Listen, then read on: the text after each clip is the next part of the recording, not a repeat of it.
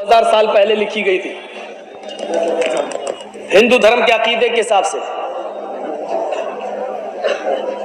जब रावण सीता को लेके चला गया तो हनुमान और लक्ष्मण दोनों तलाश करके रावण की लंका में आग लगाकर सीता जी को रावण के चंगुल से छुड़ाकर जब लाते हैं और रामचंद्र जी के सामने खड़ा कर देते हैं तो सीता जी रामचंद्र जी के पैरों पे गिर गई। वहीं से हिंदू धर्म में पैर छूने का रवाज चल रहा है। पैरों पे गिर गई, उनके पैर छूने लगी। हनुमान और लक्ष्मण ने मेरी इज्जत लुटने से हमको बचा लिया और रावण हमारी इज्जत पर हाथ नहीं डाल सका। लेकिन जब सीता जी रामचंद्र जी के पैर छूने लगी तो रामचंद्र जी ने उनको छूने नहीं दिया। घुटनों तक पहुंची थी, पैरों पे जा रही थी, उन्होंने पकड़ लिया और उठा लिया। और वाल्मीकि रामायण कहती है रामचंद्र जी ने ये जुमले पढ़े, राम रामाय नमः, राम रामाय सत्यमस्तु। है सीता, मैं राम हूं और राम का भी एक राम है ऊपर वाला। राम रामाय नमः। सीता, राम के राम को नम करो, राम रामाय नमः। राम के राम को, मैं राम हूं तेरा, तेरे राम का राम है ऊपर वाला। हाय सीता, राम के राम को, अपने राम के राम को नमा करो, अपने राम को नहीं। हिंदू भाई समझ बैठे, अपने राम को नमा करो, सर झुकाओ। जबकि रामचंद्र जी ये कह रहे हैं अपने राम के राम को नमा करो, अपने राम के सामने झुको, उसको प्रणाम करो, उसके सामने सर झुकाओ। राम रामाय सत्यमस्त। हाय सीता, तेरे राम का ही राम सच्चा है। इसलिए अर्थी दी जाती है जब जनाजा उठता है हिंदू भाइयों में किसी का, तो जब शमशान घाट ले जाते हैं तो क्या पढ़ते हैं मालूम है? क्या पढ़ते हैं? क्या कहते हैं हिंदू भाई? राम राम सत्य है। अब बदल दिया, कहने लगे राम नाम सत्य है, जबकि राम नाम सत्य है नहीं। रामायण में लिखा राम रामाय सत्य, सही शब्द क्या? राम राम सत्य है, यानी राम का राम सच्चा है। तो बहुत से हिंदू तो यही कहते हैं राम राम सत्य है, राम राम सत्य है, राम राम सत्य है। और बहुत से लोगों से जब मुर्दा उठता नहीं तो कहते हैं सबकी यही गत है। वो जैसे हम लोगों में कुछ बदमाश किस्म के होते हैं ना, मजाक उड़ाते हैं, ऐसे ही उनमें भी होते हैं। अब कोई कह रहा है जो उठा रहा राम राम सत्य है, पीछे वाले कहते हैं हमसे नहीं उठत है।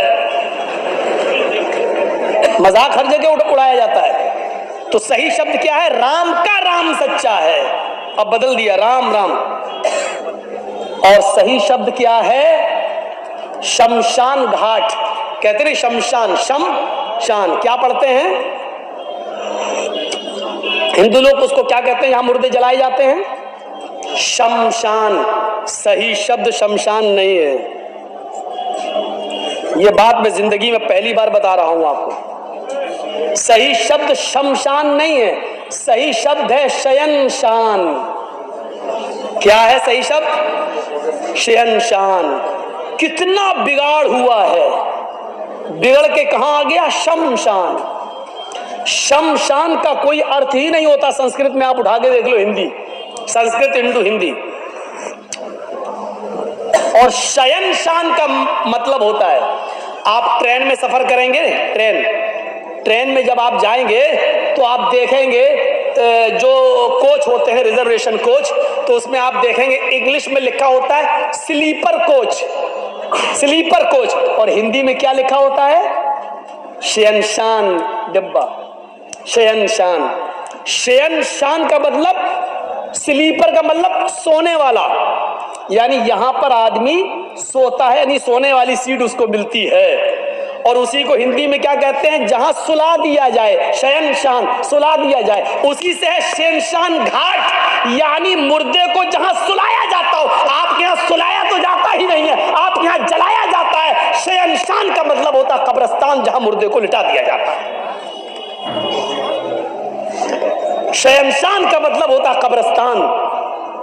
तुम अपने मुर्दों को शयनशान ले जाओ, मतलब क्या हुआ, घाट ले जाओ? नहीं, कब्रिस्तान ले जाओ, यानी दफन करने का सबूत हिंदू भाइयों में भी है, जलाने का सबूत उधर भी नहीं है। लेकिन अब बदल दो, अब जिस देश के अंदर ऐसे पढ़े लिखे पंडित लोग होंगे आजकल की तरह, साक्षी महाराज जैसे लोग, तो वो धर्म का बेड़ा गर्क नहीं करेंगे तो क्या होगा? कोई पढ़ा लिखा आदमी इनके बीच में पढ़ नहीं पा रहा है, उससे डिबेट हो नहीं पा रही है, नहीं तो उसकी पढ़े लिखे लोगों से डिबेट करते ही कब है? मैंने आपको बताया था ना, सवाल भी उनके, जवाब भी उनके, एक ही है, दूसरा नहीं। इससे बड़ी तौहीद कहीं होगी? जिस तरह एक प्यार करने वाली पत्नी का एक ही पति होता है, उसी तरीके से सच्चे भक्त का एक ही ईश्वर होता है। जिस तरह बहुत से मर्द रखने वाली पत्नी नहीं वेश्या कहलाती है, ऐसे ही बहुत से देवी देवताओं पर विश्वास करने वाला, उनको मानने वाला वेश्या समान होता है। इससे बड़ी तौहीद कहीं होगी? कुरान करीम अपने अंदाज में उस तौहीद को पेश करता है, इन्नल्लज़ीना तदऊना मिन दूनिल्लाहि लन यख़्लुक़ू ज़ुबाबन वला यज्तमऊ लह। अल्लाह को छोड़कर ये जिनको पुकार रहे हैं, जिनसे मदद मांग रहे हैं, जिनसे बेटा बेटी मांग रहे हैं, अल्लाह का आस्ताना, अल्लाह का दरवाजा छोड़कर, अल्लाह का दर छोड़कर ये जिनसे भी मांग रहे हैं, लन यख़्लुक़ू ज़ुबाबन, वो एक मक्खी भी पैदा करने की ताकत नहीं रखते। वला यज्तमऊ लहू, अगरचे वो सब की सब मिल जाएं, यानी कश्मीर से कन्याकुमारी तक और बरेली से बगदाद तक, सब अपने जिंदे मुर्दे पीरों वलियों को सबको इकट्ठा कर ले, सब जिंदे मुर्दे सबको जमा कर ले, ये सब मिल जाएं तो एक मक्खी भी पैदा नहीं कर सकते हैं। फिर का मक्खी पैदा करना और उसमें जान डालना तो बहुत बड़ी बात है। इन यसलुबहुम ज़ुबाबु शैअन ला यस्तनक़िज़ूहु मिन्हु, अगर मक्खी इनकी खाने पीने की चीज पर बैठकर थोड़ा सा लेकर उड़ जाए, अरे मक्खी कितना ले जाएगी? आप हलवा खा रहे हैं और बैठ गई और लेके उड़ गई, तो मक्खी कितना लेके जाएगी? मक्खी है, कितना लेके जाएगी? अल्लाह कह रहा है ये जिनको पुकार रहे हैं वो तो इतने कमजोर हैं, मक्खी इनकी जिस चीज पर बैठकर जो थोड़ा सा ले गई, अभी उस मक्खी को पकड़ के जो चीज ले गई उससे वो चीज छीन भी नहीं सकते, वो वापस भी नहीं ले सकते। जो मक्खी का कुछ नहीं बिगाड़ सके वो तुम्हारा क्या बिगाड़ेंगे? ज़ौफ़त तालिब वल मतलूब, मांगने वाला भी कमजोर हो, जिससे मांग रहा है वो भी कमजोर, कमजोर कमजोर के पास जा रहा है, मजबूर मजबूर के पास जा रहा है, बेबस बेबस के पास जा रहा है, लाचार लाचार के पास जा रहा है। एक चीज ये हो गई। इस्लाम की दूसरी खूबी, इस्लाम की दूसरी खूबी क्या है? इस्लाम दीन रिसालत है, यानी रसूल का सही मतलब इस्लाम ने बताया। अब देखिए दुनिया में जितने भी धर्म हैं, कोई भी एक धर्म उठाओ और हमें उसका नाम लो और बताओ, कोई भी धर्म ऐसा नहीं है जिसके मानने वालों ने अपने यहाँ जो भी नबी जो भी पैगंबर उनके यहाँ आया उसको उन्होंने इंसान रहने ही नहीं दिया। अब देख लीजिए यहूदियों में कौन आए? मूसा, उज़ैर अल्लाह का बेटा बना दिया। ईसाइयों में कौन आया? ईसा। ईसाइयों ने ईसा को रसूल रहने ही नहीं दिया, इंसानियत से निकाल के सन ऑफ गॉड, अल्लाह का बेटा बना दिया। आप लुम्बिनी चले जाइए, लुम्बिनी नेपाल में, गौतम बुद्ध की एक बहुत बड़ी मूर्ति बनी हुई है। जापान और दूसरे देशों से भी लोग आते हैं गौतम बुद्ध की मूर्ति के पास देखने के लिए। तो गौतम बुद्ध, वो गौतम बुद्ध जिनकी पत्नी थी, वो गौतम बुद्ध जिन्होंने शादी की थी, वो गौतम बुद्ध जिनकी पत्नी से एक बेटा पैदा हुआ जिसका नाम राहुल था, उन्होंने अपनी पत्नी और बेटे को छोड़ दिया और जंगल में चले गए सच्चाई को तलाश करने के लिए। और जंगल के पत्ते चबा चबा कर अल्लाह को ढूंढते ढूंढते उन्होंने जंगल ही में अपनी जान दे दी। तो लोगों ने कहा ये सच की तलाश में निकले थे, बीवी बच्चों को छोड़ के सच्चाई के रास्ते को तलाश करने के लिए निकले और जान चली गई। उनको लोगों ने क्या बना दिया? गौतम बुद्ध। और उनकी मूर्ति के नीचे लिखा हुआ है भगवान बुद्ध। यानी उनको भी इंसानियत से, जिसकी बीवी है, जिसका बच्चा राहुल है, उसको भी इंसानियत से निकाल के क्या बना दिया? भगवान। कृष्ण जी इंसान थे और कृष्ण जी जंगल में सो रहे थे। और पढ़िए महाभारत, कृष्ण जी जंगल में लेटे थे। एक शिकारी शिकार खेलने के लिए गया और उसने हिरन को तीर मारा और उस तीर में जहर लगा हुआ था। जहर कि हिरन को लगेगा, जब तक उसके पास भाग के जाएंगे तब तक उसके जहर से वो मर जाएगा और हम उसको पकड़ के ले आएंगे और अपने यहाँ खा लेंगे। शिकारी हिरन का शिकार करने गया, उसने हिरन को तीर मारा लेकिन हिरन को तीर नहीं लगा। कृष्ण जी सो रहे थे, जंगल में लेटे थे, उनके पैर के निचले हिस्से में तलवे में वो तीर घुस गया। जहर लगा था, जहर के असर से कृष्ण जी मृत्यु पा जाते हैं। कृष्ण जी चले गए। भगवान है कृष्ण जी और तीर में लगे हुए जहर के असर से मृत्यु पा जाते हैं।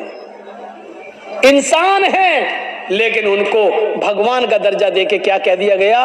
कृष्ण भगवान। रामचंद्र जी 14 साल का वनवास लिए, इतने बेबस कि उनकी पत्नी सीता को रावण लेके चला गया, वो बचा नहीं सके। हनुमान और लक्ष्मण जी को तलाश करने के लिए भेजा, लेकिन रामचंद्र जी को राम मनुष्य से निकाल कर, इंसानियत से निकाल के क्या बना दिया? राम को राम भगवान। सिखों को देख लो, महावीर सिखों को गुरु नानक पर सबसे ज्यादा भरोसा करते हैं, लेकिन सिखों के टेंपल में, मंदिर में, गुरुद्वारे में चले जाइए तो गुरु नानक की मूर्ति के नीचे लिखा हुआ है गुरु नानक भगवान। जैनियों में चले जाओ, महावीर जी को मानते हैं, लिखा महावीर भगवान। दुनिया में कोई धर्म ऐसा नहीं रहा जिसने अपने यहाँ आने वाले इंसान को, महान पुरुष को, पुरुष रहने दिया हो, इंसान भगवान का दर्जा दे दिया। भगवान का सिर्फ इस्लाम एक ऐसा मजहब है जिसने मोहम्मद रसूलुल्लाह सल्लल्लाहु अलैहि वसल्लम को भगवान का दर्जा नहीं दिया। आने वाले उस नबी के बारे में अल्लाह ताला ने फरमाया क्या है? दुनिया के मुसलमानों, अल्लाह मैं ही हूं, तुम्हारे दरमियान हम जो रसूल भेजे हैं, जो पैगंबर भेजे हैं, वो भगवान नहीं है। हमने उनको अपने नूर से भी पैदा नहीं किया है। आए लोगों, इस्लाम के अंदर आना है तो ये अकीदा रखना है, कुल इन्नमा अना बशरुम मिस्लुकुम। आए नबी, आप भी अपनी जबान से कह दीजिए इन्नमा अना बशरुम मिस्लुकुम, कि मैं तुम्हारी तरह का एक बशर हूं, मैं तुम्हारी तरह का एक इंसान हूं, मैं तुम्हारी तरह का एक मनुष्य हूं, तुम्हारी तरह का एक इंसान हूं। हाँ, मेरा मकाम सबसे बड़ा है, मेरा दर्जा सबसे ऊंचा है, इसलिए कि मेरे पास वही आती है, लेकिन इंसान होने में कोई फर्क नहीं है। दो आंखें तुम्हारी, दो आंखें मेरी, दो कान तुम्हारे, दो कान मेरे, दो हाथ तुम्हारे, दो हाथ मेरे, दो पैर तुम्हारे, दो पैर मेरे। तुम भी चलते हो, हम भी चलते हैं, तुम भी सोते हो, हम भी सोते हैं, तुम खाते पीते हो, हम भी खाते पीते हैं। तुम्हें लैट्रीन पेशाब पायखाने की जरूरत होती है, हमें भी होती है। तुम्हें शादी की जरूरत है, हमने भी की है। तुम्हारे बच्चे होते, हमारे भी बच्चे हैं। तुम्हारे बाप दादा हैं, हमारे भी बाप दादा हैं। इंसान होने में हम में और तुम में कोई फर्क नहीं है। हाँ, फर्क है मकाम और मर्तबे का, फर्क है तो दर्जे का फर्क है। अल्लाह ताला ने इंसानियत में सबसे ऊंचा मकाम मेरा रखा है, सबसे ज्यादा फजीलत मेरी रखी है, इसलिए कि मेरे पास जिब्राइल लाते हैं, कुरान लेके आते हैं, अल्लाह की वही आती है, कुरान मेरे ऊपर उतरता है। इस कुरान की बरकत ने हमें तमाम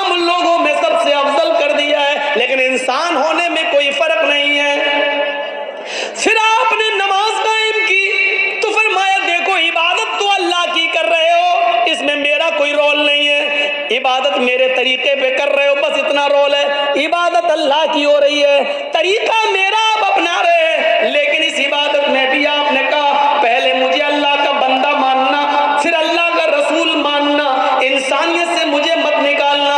जब भी नमाज खत्म करो और आखिरी रकात में बैठो और मेरे ऊपर अत्तहियात पढ़ो तो उसमें ये जरूर पढ़ना अशहदु अन्ना मुहम्मदन अब्दुहु व रसूलुहु, मैं गवाही देता हूं कि मोहम्मद अल्लाह के बंदे और उसके रसूल हैं। पहले बंदा कहो फिर रसूल कहो, यानी मैं अल्लाह का रसूल भी हूं और इंसान भी हूं। अब्द यानी बंदा, मैं अल्लाह का बंदा, मोहम्मद इब्ने अब्दुल्लाह भी हूं और मोहम्मदुर रसूलुल्लाह भी हूं। आप मुझे बंदा भी मानो और रसूल भी, दोनों बातें मानोगे तो मुसलमान हो, वरना नहीं। फिर वेदों को पढ़िए, उसने भी आखिरी नबी को इंसान ही बताया। वेदाहमिद पुरुष महानी मादित्तो, वेदाहमिद पुरुष महानी मादित्तो वरुण तपस प्रस्तापि अन्याय। वेदाहमिद पुरुष, अहमद इस दुनिया में आएंगे, पुरुष इंसान होंगे। वेद भी कह रहा है कि वो पुरुष होंगे, वो इंसान होंगे, पुरुष इंसान मनुष्य, वो पुरुष होंगे इंसान होंगे। वेदाहमिद पुरुष महानी मादित्य, बहुत बड़े महान पुरुष होंगे, उनके बराबर कोई दूसरा नहीं होगा। वरुण तपसा, ईश्वर का अल्लाह का बहुत ज्यादा नाम लेने वाले होंगे, अल्लाह की भक्ति करने वाले होंगे। वरुण तपसा, बहुत तपस्या करने वाले होंगे। प्रस्ताव, जब अल्लाह ईश्वर का बहुत ज्यादा नाम लेने वाला इस धरती पर आ जाए और उसका नाम अहमद हो और वो सबसे महान पुरुष इंसान हो तो तुम उसी के घर में चले जाना, उसी की कुटिया में चले जाना, उसी के धर्म में शामिल हो जाना। प्रस्ताव, उसी की कुटिया में चले जाना, प्रस्ताव, उसी के नक्शे कदम पे चलना, वो जो कहे उसी की बात मानना, अहमद के रास्ते पे चलना। स्वर्ग में जन्नत में जाने का अहमद के रास्ते के अलावा कोई मार्ग, कोई दूसरा रास्ता नहीं है। अहमद के रास्ते के अलावा कोई दूसरा रास्ता नहीं है। ये लीजिए,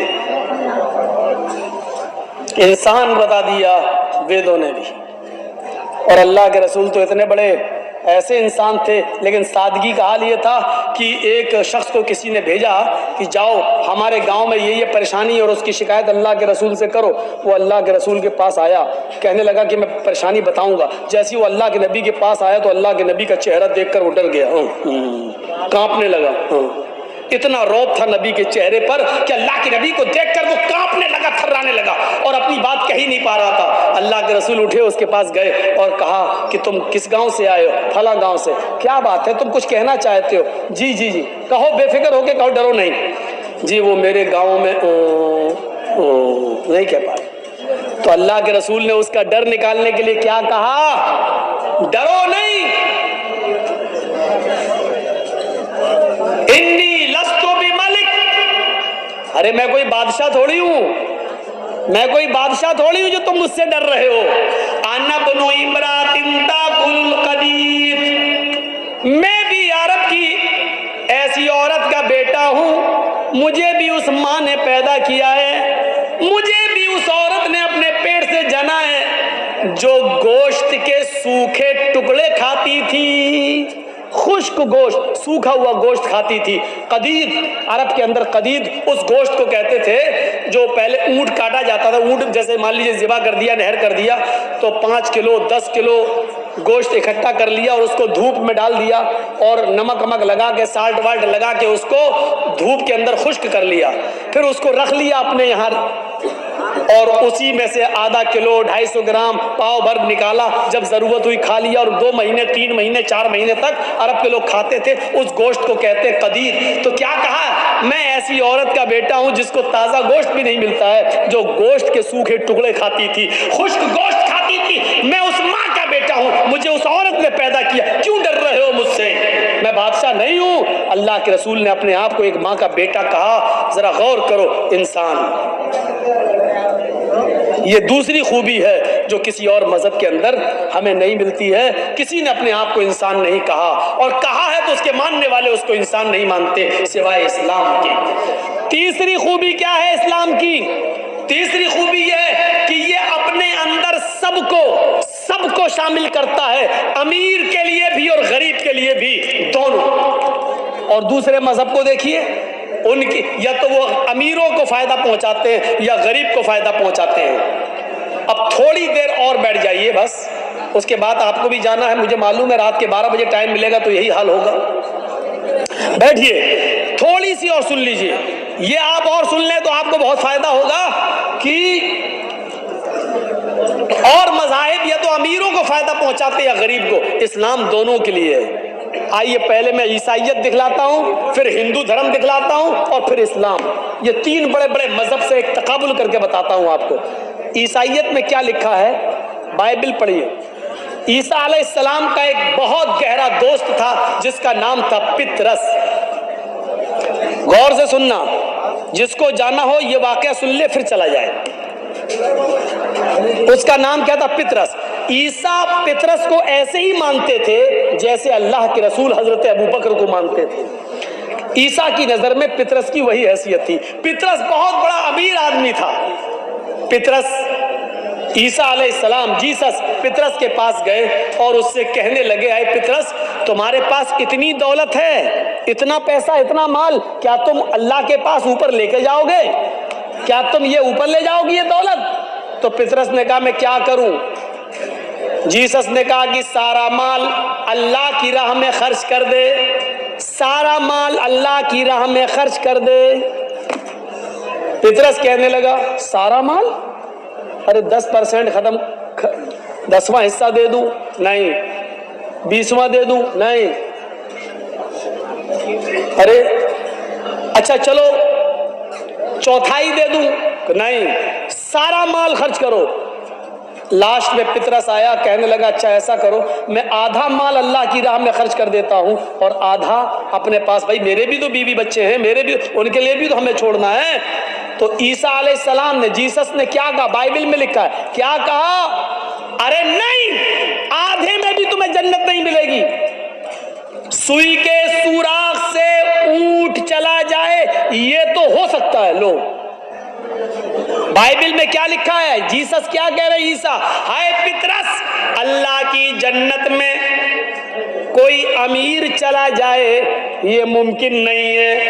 ऊंट, सुई के सुराख से ऊंट का चला जाना तो मुमकिन है, सुई के सुराख से ऊंट का दाखिल होना ये तो हो सकता है, लेकिन अल्लाह की जन्नत में कोई पैसे वाला चला जाए ये मुमकिन नहीं है। जब तक तू गरीबों में सारा का सारा माल नहीं दे देगा तब तक तू जन्नत में नहीं जाएगा।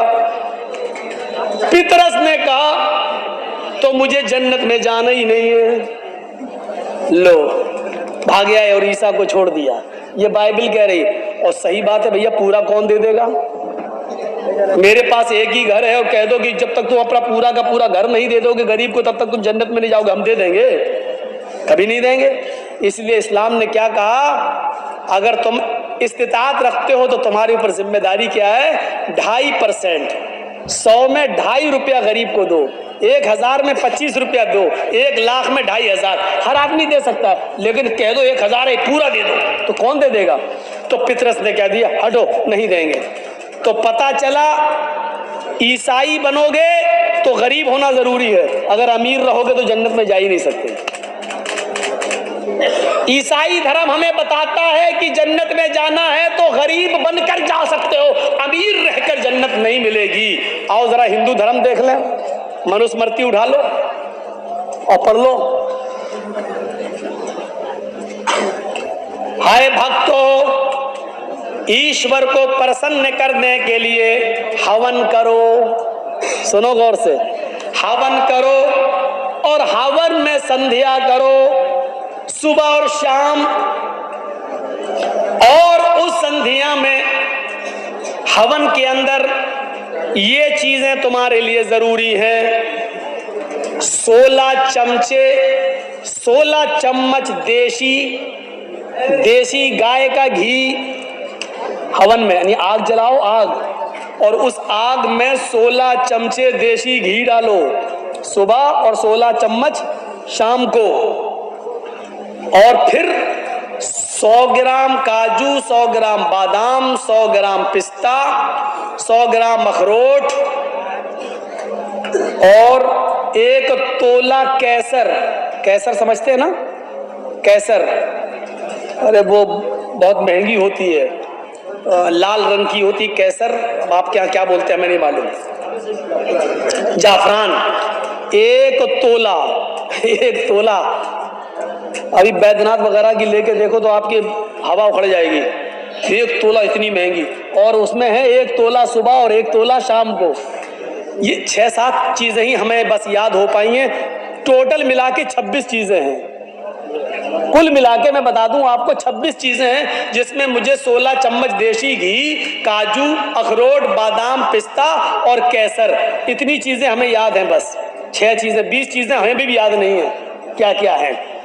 अब आप जोड़ो, सुबह भी और इतना शाम में, ये आग जलाओ, आहुति दो और इतनी चीजें आग के हवाले करो, स्वाहा,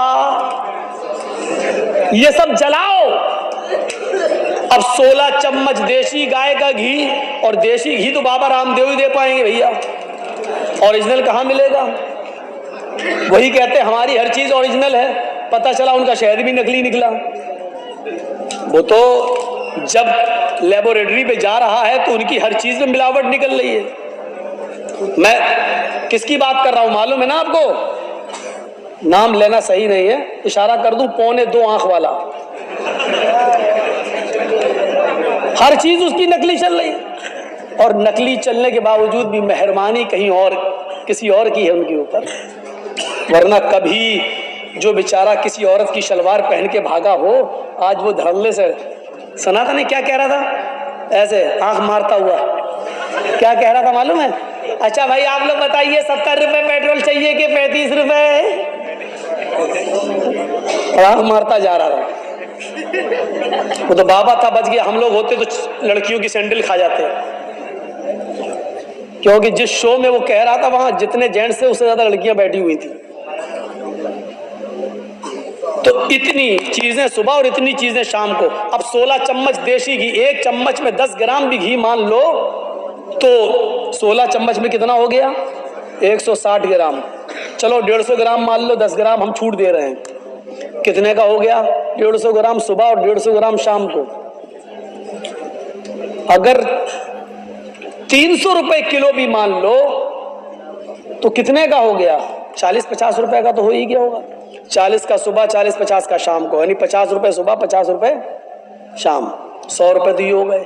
100 ग्राम बादाम 80 रुपए के, 100 ग्राम अखरोट, 100 ग्राम पिस्ता, 100 ग्राम काजू और 1 तोला जाफरान, वो तो कई हजार की है। और इसके अलावा 26 चीजें सुबह और इतनी चीजें शाम में। और क्या लिखा हुआ है? ये हर हिंदू को करना ही पड़ेगा, चाहे वो अमीर हो या गरीब।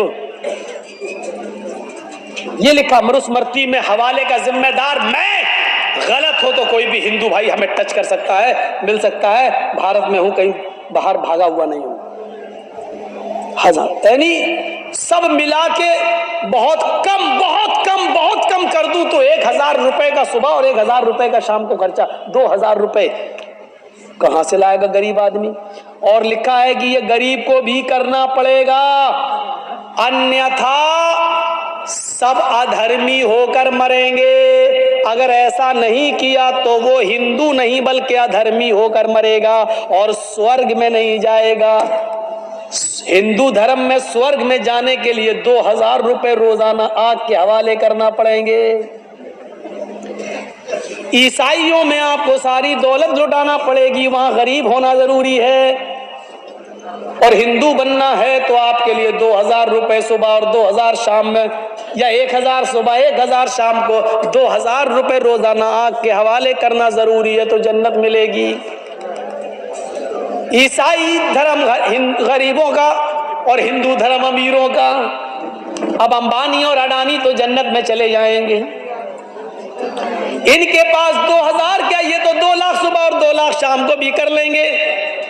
और अभी तो कुछ दिनों के बाद अगर ये कानून न बदला गया तो किसानों का खून चूस चूस कर ये और मोटे होंगे, माल अपने गोदामों में भरेंगे। अब आइए, मैंने 2 धर्मों को रख के अब इस्लाम को बताऊं, और सोचिए मेरे प्यारे साथियों, हाय हाय, इस्लाम ने 5 चीजें इस्लाम की बुनियाद बताई है। नमाज, रोजा, हज और ज़कात और कलमा शहादत, कलमा तैयबा।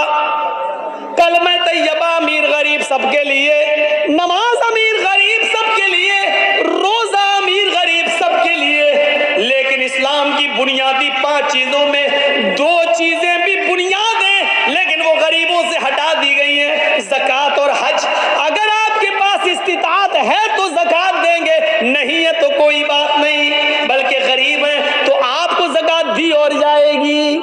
हज भी आप पर फर्ज नहीं है, अगर इस्तिताअत तो वहां जाने का तो हज करो, नहीं है तो कोई बात नहीं है, आप पर हज फर्जी नहीं है। ये नहीं कहा गया कि गरीब जन्नत में नहीं जाएगा, बल्कि ये और कह दिया गया कि गरीब अमीर आदमी से 500 साल पहले जन्नत में जाएगा, इसलिए कि हिसाब व किताब अमीरों से बहुत लंबा लिया जाएगा और गरीबों से माल का हिसाब ही नहीं। उनके पास तो कुछ था ही नहीं, वो हिसाब कैसे देंगे, नहीं दे पाएंगे। 500 साल पहले वो पहले जन्नत में दाखिल कर दिए जाएंगे।